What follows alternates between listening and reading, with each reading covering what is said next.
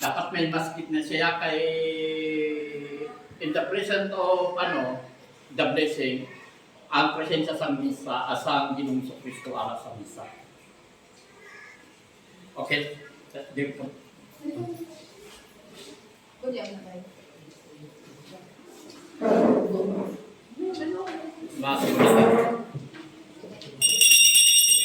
Tayo. Sa ngalan sa Kamay, sa Anak at Espiritu Santo, ang grasya sa atong Ginoong Kristo, ang pugma sa Diyos na Amay, kagapag-isip sa Espiritu Santo, yaran sa inyong tanan. Mga utot, pakinusulan nato ng atong mga sala, abot nga maging tapos kita sa pagselebrar sa mga santos nga misa. Sabay-sabay kitang tanan. Nagakumpisa ko sa Diyos nga makagbaon sa tanan, kag sa inyong mga utot. Kaya nakasala kong natuod sa una-una, sa pulong, sa buhat, kag sa pagpatumbaya, sa akong sala, sa akong sala, sa akong gatong na sala.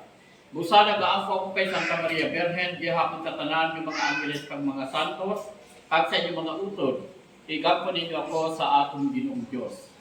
Kabay nga maluoy sa aton ng Diyos nga makagagahon, kag sa napatawad ng atong mga sala, ito ay kita padulong sa kabuhi nga walay katapusan. Ginoo, maluoy ka sa amon. Kristo, maluoy ka sa amon. Ginoo, maluoy ka sa amon. Ang Ginoo manginjara sa inyo, mga buyo kita, o Diyos nga amon amay, ginadayo namon ang imong kaayo tungod kani ginhimo mo nga maging himpit nga hulungaran sang paghiusa nga nagakabagay tugunan sang imong grasya. Buksi ang among tagipusoon agud nga maging lalauman kami sa maayo nga pagsunod sa kapawa sang imong ebanghelyo. Ilapangayo namon ini sa imong pagi kay Kristo nga amon Ginoo. Magpungkok ito.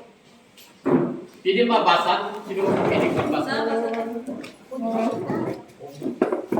Basa ko rin. Sana mabasa.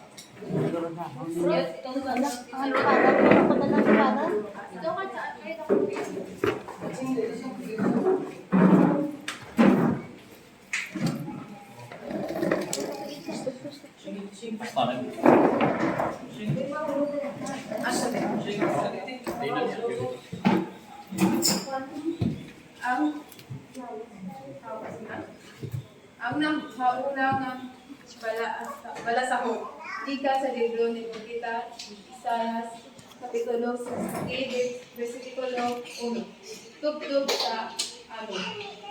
Magtindog ka, Jerusalem, kag magsila ka angay sa adlaw, ang himaya sa Ginoo. Nagasilap sa imo ang iban mga kapungsuran, pagatabunan sa katudol man, pero sa imo pagasilak ang kapwa sa Ginoo, ang himaya sa iya presensya. Magukod sa imo ang mga kapangsuran, magapalakit sa imo ang kapwa, kag ang mga hari.